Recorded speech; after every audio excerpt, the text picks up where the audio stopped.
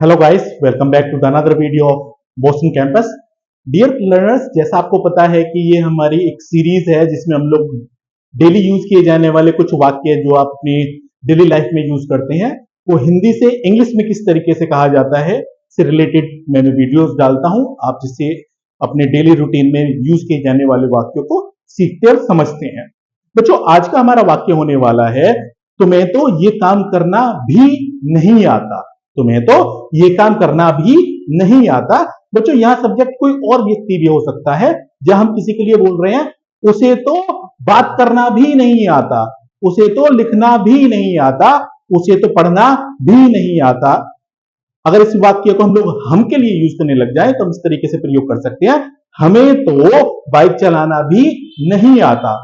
मतलब इसी व्यक्ति को इतनी भी जानकारी नहीं है इस काम को कैसे किया जाता है। बच्चों, अगर आप ये वीडियो फर्स्ट टाइम देख रहे हो तो मैं चाहूंगा आप इस चैनल को सब्सक्राइब कर लें। इस चैनल पर इसी तरह की इंफॉर्मेटिव वीडियोस इंग्लिश से रिलेटेड डाली जाती हैं, जहां आप हिंदी के वो कॉमन वाक्य जो आप अपने डेली लाइफ में यूज करते हैं को समझते हैं इंग्लिश में कैसे कहा जाता है। तो बच्चों, आज का हमारा वाक्य होने वाला है, करना भी नहीं आता। वाक्य यूज किया जाता है बच्चों, डोंट या डू नॉट इवन नो। जी हां बच्चों, डोंट इवन नो।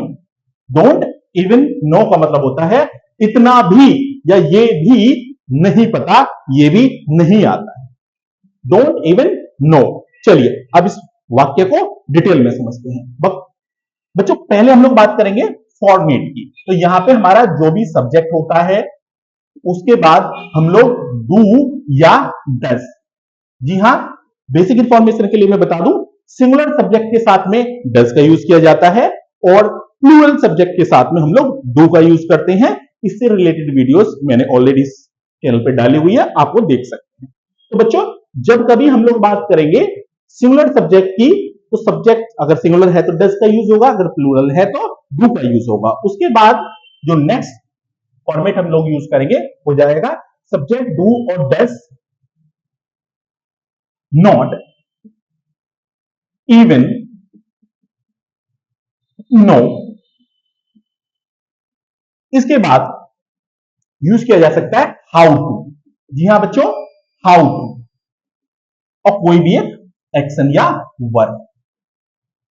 इसका मतलब है इस व्यक्ति को, इस व्यक्ति को, जो कोई भी हो सकता है, ये काम तक भी करना नहीं आता। इस व्यक्ति को ये काम करना तक भी नहीं आता। चलिए कुछ बेसिक से एग्जाम्पल्स लेते हैं।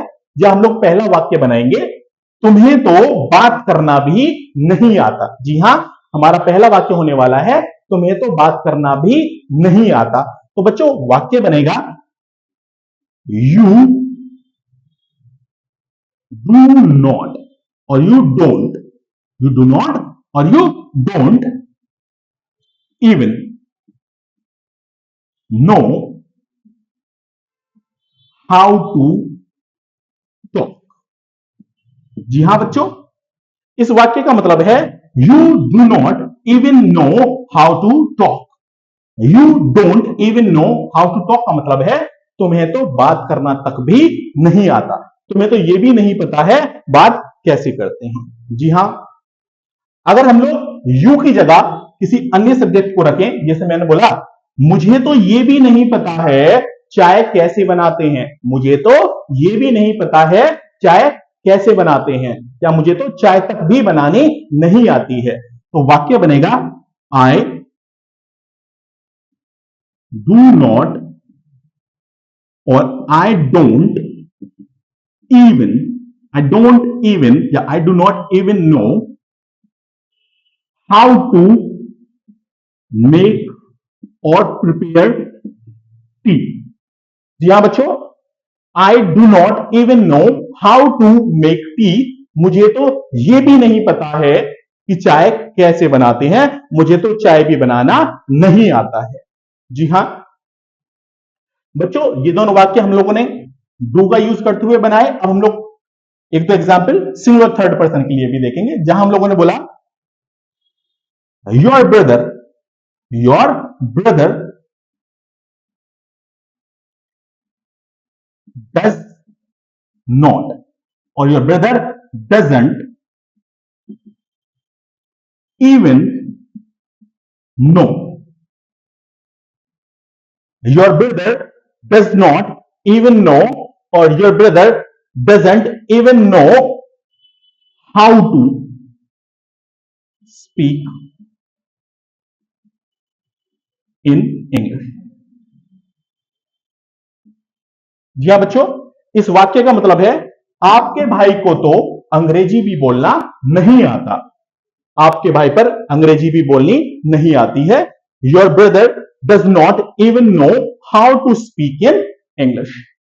यही हमने एक वाक्य बनाया, कोई व्यक्ति है उसके लिए हम लोगों ने यूज करा your friend does not. Your friend does not और doesn't even know how to sit. Your friend does not even know how to sit. तुम्हारे मित्र पर तो बैठना भी नहीं आता, तुम्हारे मित्र को तो यह भी नहीं पता है कैसे बैठा जाता है. जी हां बच्चों, अगर हम लोग यहां पे बात कर रहे हैं हमें तो ये भी नहीं पता है, हमें तो ये भी नहीं पता है, तो वाक्य बनेगा we do not even know और we don't even know how to और कोई भी एक एक्शन. इसी तरह के और भी वाक्य आप बना सकते हैं, फॉर्मेट आपके सामने है, एक बार मैं थोड़ा सा बता दे रहा हूं. बच्चों जब कभी हम लोग बोलते हैं इस व्यक्ति को यह काम भी करना नहीं आता है, इस व्यक्ति को यह काम भी करने का नहीं पता है, तब हम लोग यूज करते हैं कोई भी एक सब्जेक्ट या कोई भी एक नाउन, डू और डज. अगर वो सिमिलर सब्जेक्ट है तो डज का यूज होगा, प्लूरल है तो डू का यूज होगा. देन वाक्य नेगेटिव फॉर्मेट में है तो यहां हम नॉट का यूज करते हैं. इवन नो, ये भी नहीं पता है, फिर बात आई है हाउ टू और कोई भी एक एक्शन. एग्जाम्पल हमने देखे, you do not even know how to talk. तुम्हें यह भी नहीं पता है बात कैसे की जाती है. I do not even know how to make tea. मुझे चाय भी बनानी नहीं आती है, या मुझे यह भी नहीं पता है चाय कैसे बनाई जाती है. वही हमारा नेक्स्ट एग्जाम्पल है, your brother does not even know how to speak in English. आपके भाई को अंग्रेजी में बात करना भी नहीं आता है. Then your friend does not even know how to sit. आपके मित्र पर बैठना तक नहीं आता है, आपके मित्र को यह भी नहीं पता है बैठा कैसे जाता है.